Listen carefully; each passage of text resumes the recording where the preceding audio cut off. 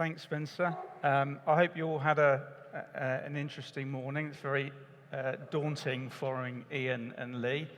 Ian I've seen before present. He's obviously very, very good. Lee I've known for a long time and he talks a lot. I do not do this for a living, so please bear with me. This will be a little bit slower paced than it was this morning, which will help you given that you all just had your lunch. Also, unlike Lee and Ian, I haven't lost any weight recently, so please keep those comments to yourself. Freeman Clarke, hands up who knows who Freeman Clarke are, apart from the two people from Freeman Clarke. Right, good, at least a few of you do. So Freeman Clarke are an organisation that we work with around 100 CIOs on a fractional basis. That doesn't mean we only do some of the work. What it means is we work with portfolios of companies, so one CIO will have 2 or 3, 4 companies he works for. So we've got about 300 clients currently up and down the country, all in the SME space. This is our sweet spot. I was asked to come here and give you 5 tips on how to survive in challenging times. The good news is we're always in challenging times, so these tips just will be good for you all the time. And the other thing is, although my background is technology, Freeman Clarke's a technology company, quite a few of these tips really apply far more broadly than just in the technology space. And everyone likes a bonus tip, so here's a bonus tip for you. Do not miss the meeting where they're doing the running order, otherwise you will end up with a graveyard shift, which is why I'm speaking to you now and not at 11 o'clock this morning, which was when I was originally supposed to speak to you. So, tip number 1, I'm not going to teach you how to outsource or when to outsource or what to in-house or whatever, but there are things that you should not do when you are thinking about outsourcing, and I've seen this too many times. The 2 things you should never outsource. 1 is a problem, and the second is your crown jewels. Let's take them one at a time. You're probably thinking of outsourcing something, whether it's your technology or another business service, because it's causing you a problem. That's kind of okay, so I'm immediately going to contradict myself. I told you I didn't do this very often. That's kind of okay, but before you outsource what is currently a problem, you should do everything you can do to fix it, everything within your own power to improve it. If you don't do that, you're leaving money on the table and you're giving that money to someone else. You're leaving opportunity on the table that you're giving to someone else. So you should always, when you're considering taking a service and giving it to someone else, whether it's technology or otherwise, you should always do your best to improve it before you sign on the dotted line and give that problem to somebody else. Give it to them eventually by all means, but think about how you can actually maximize the value for yourselves before you do that. And the other one that sounds obvious, but unfortunately I've seen this several times as well, is the crown jewels. Do not ever give to someone else something that is important to you and your business, because I guarantee you, you value it more than someone else does. If you're giving this, if this is your core business, and this is your part of your crown jewels, it has more value to do than it does to someone else. So you need to make sure that you hang on to anything that is your crown jewels, and don't give a problem away unless you've done your best, your utmost to fix it before you do. Then by all means outsource, no problem at all. Second tip for you is process is a superpower. Maybe it seems obvious, maybe it doesn't. Most organizations, and I'm sure you've all dealt with them, have fairly poor processes. And if you're the business that doesn't have those processes, then you have a superpower and you have an advantage over your competitors. I'll give you a good example of this. Back in the late 90s, early 2000s, so we're going back away, there was a small retailer called Tesco. It was, had a new CEO called Terry Leahy, who's now Sir Terry Leahy. And they put a whole strategy that was encapsulated in 3 words: better, simpler, cheaper. That was the mantra for their strategy. They had a whole strategic document behind it and lots of depth and breadth to the whole strategy, but it was encapsulated in 3 words. And Terry Leahy stood up in front of the whole organization and said, if you catch me doing something that is not making something better, simpler or cheaper. It could be better for our staff, could be cheaper for our supply chain, it could be simpler for our customers, doesn't matter. If you catch me doing something, I am giving you the right to challenge me, to stop doing that, and go off and do something else that is doing something, providing something that's better, simpler, or cheaper. And the reason he did that is because he understood the value of getting the whole organization engaged in process and improving any process or any aspect of the business that would deliver some sort of benefit to them. At the time they started this strategy, Tesco's was not the organization it is today. It's probably gone down a bit, actually, recently. But it really transformed Tesco's.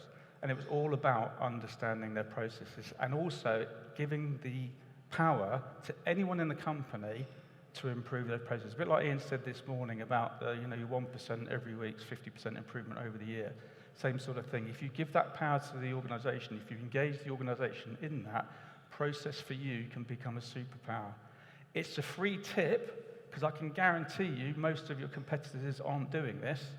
They're worried about all sorts of things, but they're not concentrating on trying to improve their processes for their customers, for their staff, for their employees. So, third tip, vanilla, vanilla, vanilla. No, you're not getting ice cream, sorry. This is about when you do decide to invest in technology. Do not customize the hell out of everything you buy because you think you know better. I guarantee you, you don't know better. 80%, Pareto's law, 80-20 rule. Go and buy something that gives you 80% of what you think you need. Do not fiddle with that 20% that's not. Change your processes to accommodate that 20%.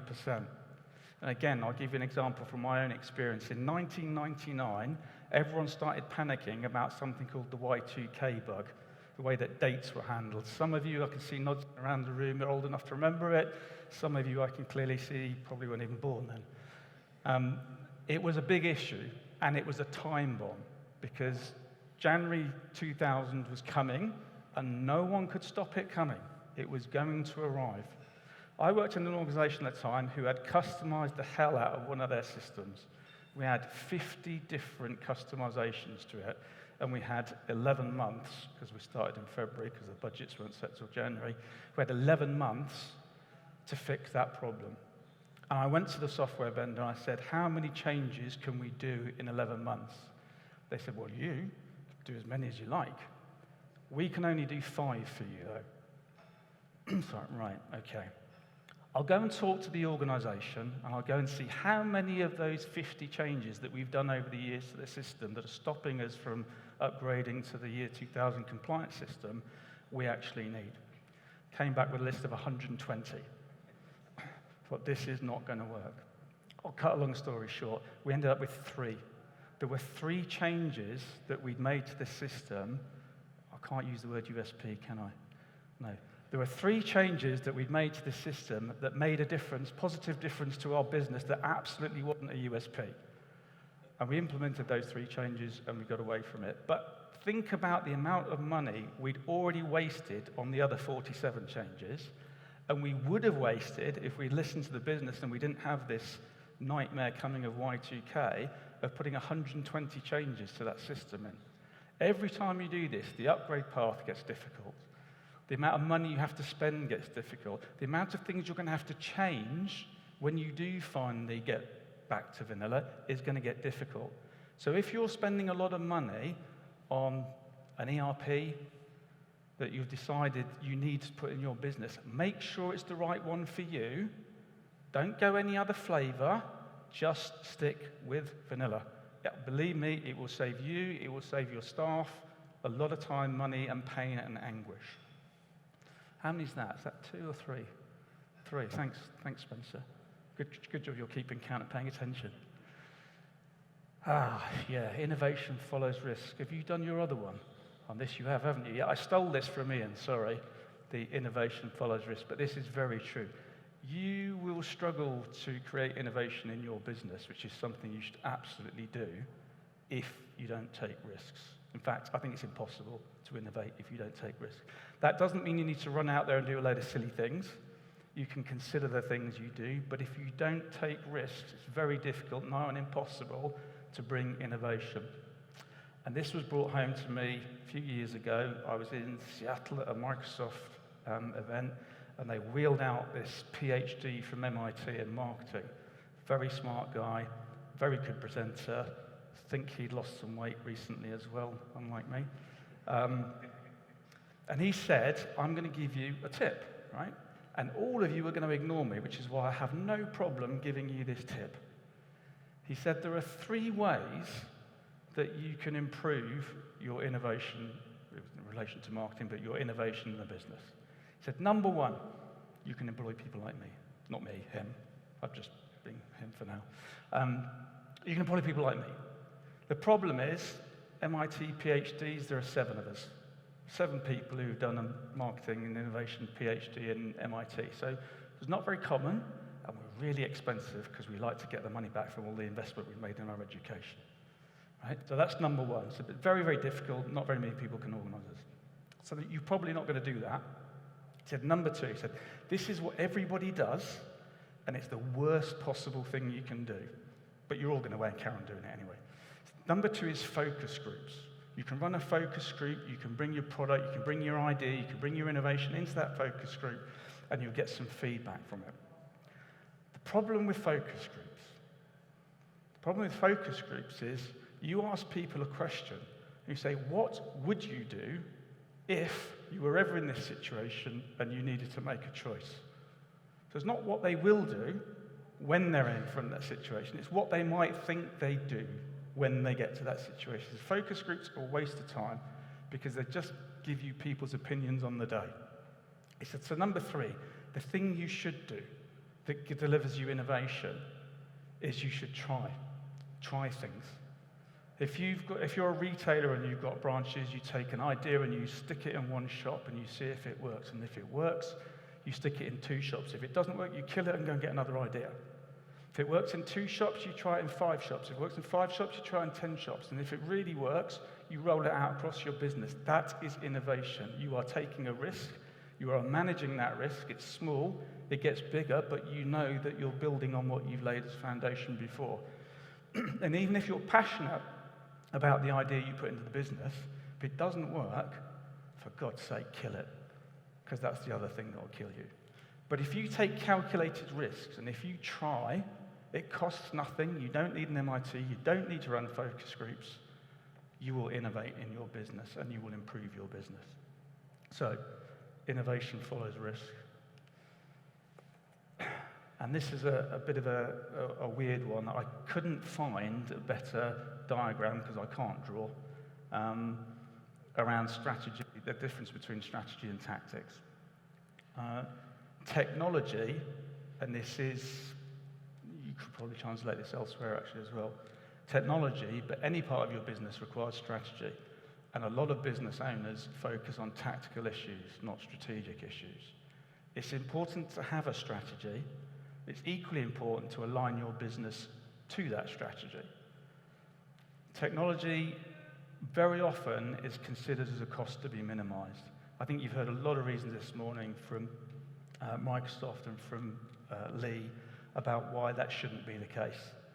But I'd really underline that and say, if technology is a part of your business, and it's part of most people's business these days, then make sure you have a strategy. Make sure that strategy is aligned to the business strategy. And that can mean, from a CFO point, managing costs, not reducing costs, managing costs. So I delivered a strategy once where we moved all of our CapEx to OpEx. And the reason for that was just to flatten the spend curve. So I didn't have to go cap in hand to the CFO every 6 months and say, can I have £500,000, please? So we moved the whole thing to OpEx. To the COO, I promised to deliver service improvements, so we weren't constantly having service interruptions in the service. To the CEO, I promised to deliver innovation and to stop him hearing about everyone complaining about all the problems from the COO that didn't do anything.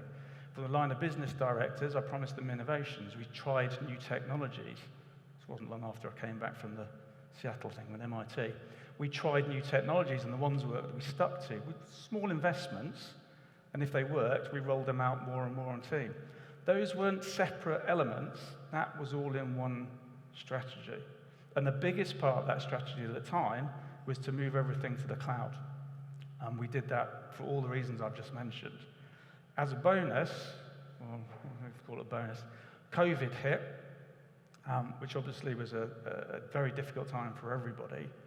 Because we'd implemented that strategy that had delivered all those things, and it happened to be a cloud-based strategy, we moved the entire organization to home working with no break of workload in 48 hours. And that 48 hours was a weekend as well. So we didn't have a single lost hour of productivity because we had a strategy that we'd executed on and it had delivered all of our benefits. So I was asked to give 5 tips. I think that's 6 tips, so I've over-delivered. I was always told to under-promise and over-deliver. That is my 6 tips. I'm the warm-up act. The main act is about to return to the stage, so without further ado, I would like to hand you back over to Mr. Ian Dixon.